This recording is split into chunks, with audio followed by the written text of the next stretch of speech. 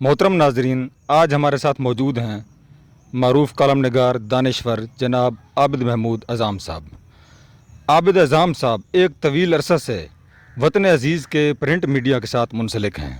रोज़नामा जंग, रोज़नामा एक्सप्रेस, रोज़नामा इस्लाम समेत मुख्तलिफ़ कौमी जराइद में ये लिख चुके हैं और अब भी लिख रहे हैं। आइए आज हम इनसे बात करते हैं। सबसे पहले ये बताएं कि ये लिखने का जो ज़ौक़ है आपके अंदर कैसे बेदार हुआ? मैं जी 2010 से लिख रहा हूँ और 2011 से मैंने प्रॉपर अखबार में लिखना शुरू किया है। शौक़ तो बचपन से ही था, वो इस वजह से कि मुताले का शौक़ शुरू से था। जब दौरान तालीम मैंने बहुत सी किताबों का मुताला किया और जो निसाबी किताबें थी उनके साथ साथ जो गैर निसाबी किताबें थी उनको पढ़ने का बहुत ज़्यादा शौक़ था।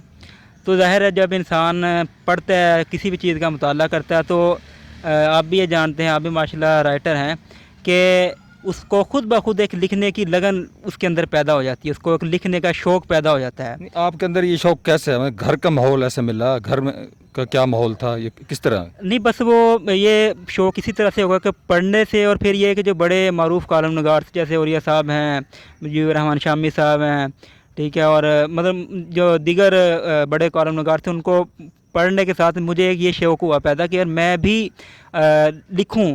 और इसमें एक सबसे जो बड़ी और सबसे अहम बात है मेरे लिखने के हवाले से, मैं जब दरस निज़ामी कर रहा था तो तकरीबन आखिरी 2 सालों में मौलाना ज़ाहिर साहब हैं, मरूफ आलिम दीन हैं, उनके साथ मेरी कई मीटिंग्स हुई। मतलब उनके साथ बैठते थे, मुख्तलिफ़ मौज़ूआत पे बात होती थी। तो कुछ जो मदारस का निज़ाम तालीम है उस हवाले से भी काफ़ी बात होती थी। तो मेरे जो अपने को नज़रियात थे इस हवाले से कि इसको जो निज़ाम तालीम है इसको थोड़ा सा चेंज होना चाहिए, तब्दील होना चाहिए। तो ये बातें मैं मौलाना ज़ाहिर साहब से करता था। तो वो कहते थे कि आपकी बातें माशाल्लाह अच्छी हैं, लेकिन आप अपनी आवाज़ को इतनी तवा ना बनाएं कि ये आवाज़ ज़्यादा लोगों तक पहुँचे। ये बात मेरे दिल में बैठ गई। जब फिर मैं दरस निज़ामी से फ़ारिग हुआ तो मैंने कोशिश की और मुझे एक जज्बा ये मेरे अंदर पैदा हुआ कि यार मैं क्यों ना ऐसा कुछ काम करूं कि मेरी आवाज़ ज़्यादा लोगों तक पहुंचे। तो इसके फिर मैंने ये सोचा कि यार मैं क्यों ना अखबार की फ़ील्ड को या मीडिया की फ़ील्ड को चुनूं, ताकि मैं अपनी आवाज़ को ज़्यादा लोगों तक पहुंचा सकूं। फिर उसके बाद हुआ, जब मैं दरस निज़ामी से फ़ारिग हुआ, मैंने जामिअत रशीद में दाखिला लिया सहाफ़त कोर्स के अंदर ही। तो अल्लाह का करना ऐसा हुआ कि मैं जिस साल दाखिला लिया तो उसी साल मेरी अपॉइंटमेंट हो गई रोज़नामा इस्लाम में, और वहाँ पे 1 महीने के बाद ही, बल्कि मैं मैगज़ीन सेक्शन में मुझे। किस सन की बात है जब आपने रोज़नामा इस्लाम ज्वाइन किया? ये 2011 की बात है। और फिर वहाँ से अल्लाह का शुक्र है प्रॉपर लिखना शुरू कर दिया। और फिर मैंने जो अपना एक जो मेरा एक वजह बनी थी लिखने की, दरस निज़ामी के जो निसाब है उन मौज़ूआत पे भी लिखा काफ़ी। और फिर उसके बाद फिर 2012 में मैंने रोज़नामा एक्सप्रेस में मुस्तकिल लिखना शुरू कर दिया। रोज़नामा जंग में 2016 में। एक सवाल है कि आप रोज़नामा जंग और रोज़नामा एक्सप्रेस जैसे कौमी अखबारात में लिखते हैं, तो क्या वहाँ पे कोई सिफारिश है, या मतलब है कि लोगों के तो वहाँ पे आर्टिकल छपते ही नहीं हैं?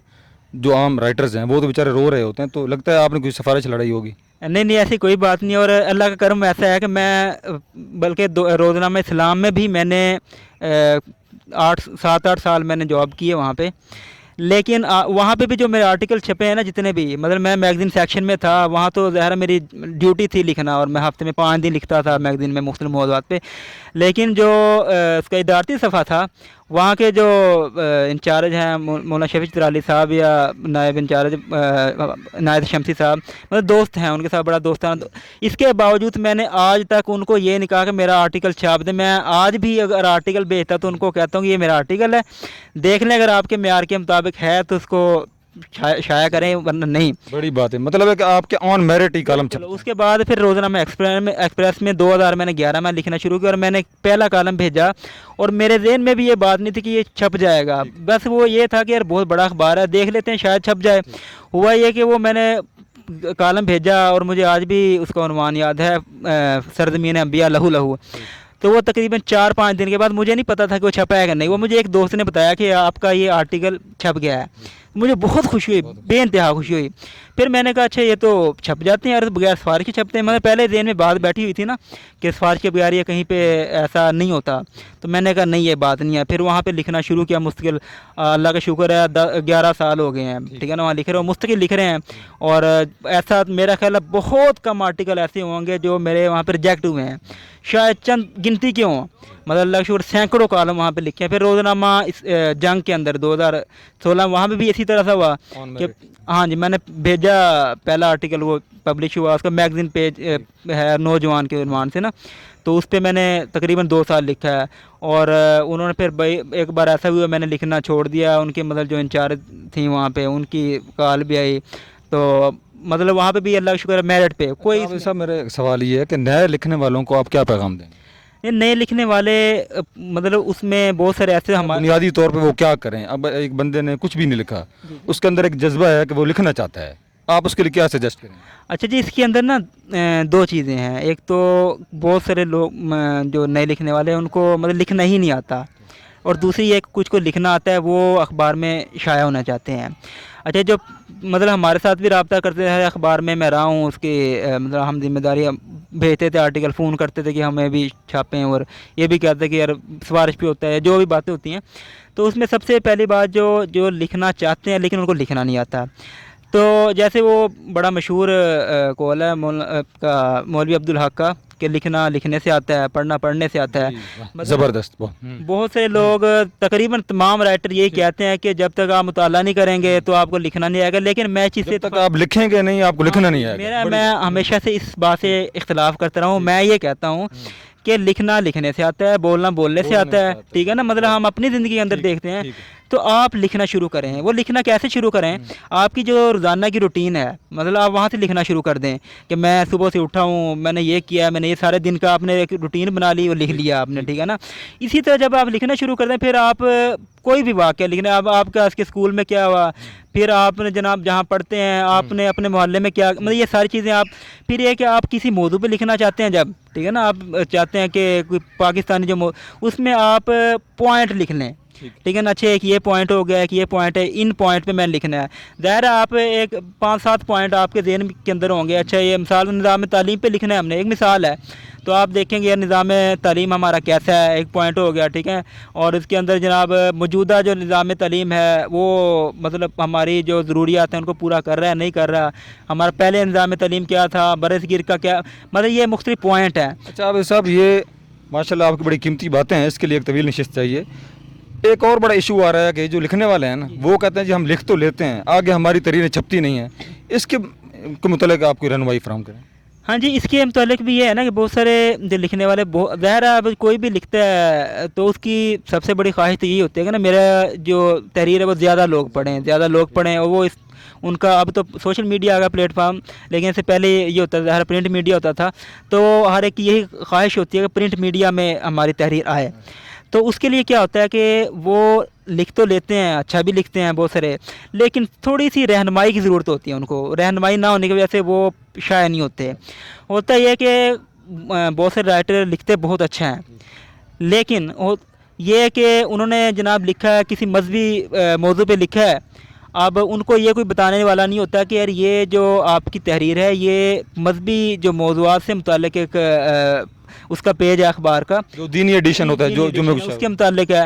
ایک نے سیاسی موضوع پہ لکھا ہے, اب اس کو یہ نہیں معلوم کہ میں نے اس کو ادارتی صفحے پہ بھیجنا ہے, ٹھیک ہے نا, وہ اس کو میگزین پیج پہ بھیج رہا ہے, سائنسی مضمون پہ بھیج رہا ہے, یا ادبی پیج پہ بھیج رہا ہے. مطلب اس طرح سے ہر اخبار کے مختلف جو پیجز ہوتے ہیں وہ مختلف دنوں میں چھپتے ہیں, ٹھیک ہے. تو اب جس نے بھی لکھنا ہے وہ چاہتا ہے اخبار میں شائع ہوں, اس کو چاہیے کہ وہ نا اخبار کے کم سے کم ہفتہ, 1 مہینہ, 2 ہفتے ان تمام اخبارات کو دیکھے, ایک نظر پڑے, ان کا مزاج سمجھے کہ یار کس قسم کے جو موضوعات ہیں وہ کس پیج پہ چھپتے ہیں. اچھا اگر وہی ہے کہ اگر کسی کا یہ ذوق ہے کہ میں مذہبی موضوعات پہ لکھوں تو وہ اس کا جو اسلامی صفحہ ہے اس پہ تحریر بھیجیں. سیاسی پہ ہے جو اس میں جو ادارتی صفحہ ہے, ٹھیک ہے نا, باقی سائنسی پیج بھی ہوتا ہے, ادبی پیج بھی ہوتے ہیں, شوبز کے پیج بھی, مختلف پیج ہوتے ہیں.